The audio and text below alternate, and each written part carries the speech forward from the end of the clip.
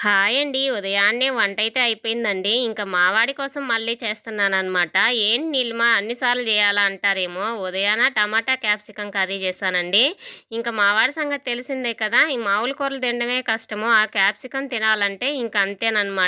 ఉదయం అది చేస్తుంటేనే ఇంకా స్మెల్లొస్తుంది అని జెప్పి గోల చేస్తాడనమాట. అలా ఉంటది. ఇంక వాడితో ఎందుకులే అని చెప్పి ఇంక కందిపప్పు, టమాటాలు వేసి ఇంక పప్పుచారైతే చేశానండి. ఇదైతే ఇష్టంగా తింటాడనమాట. ఎన్ని సార్లు చేసినా ఎలాంటి గొడవ ఉండదు. ఇంక దానిలోకి వడియాలైతే వేపిచ్చి పెట్టేశాను. ఇంక దానిమ్మ గింజలు కూడా పెట్టేస్తున్నానండి. అన్నం తక్కువేసి, ఈ పప్పుచారు ఎక్కువేసి కలిపి పెట్టానంటే, ఇంక ఒక్క స్పూన్ కూడా వెనక్కి తీసుకురాడనమాట. అలాంటోడు మా వాడు. ఇంక నేనైతే బాక్స్ అనేది పెట్టేస్తున్నాను. ఇంకా వడియాలు ఇవన్నీ కూడా సపరేట్‌గా పెడుతున్నానండి. కొంచెం మెత్తగా అలా అయిపోకుండా ఉంటాయని చెప్పి.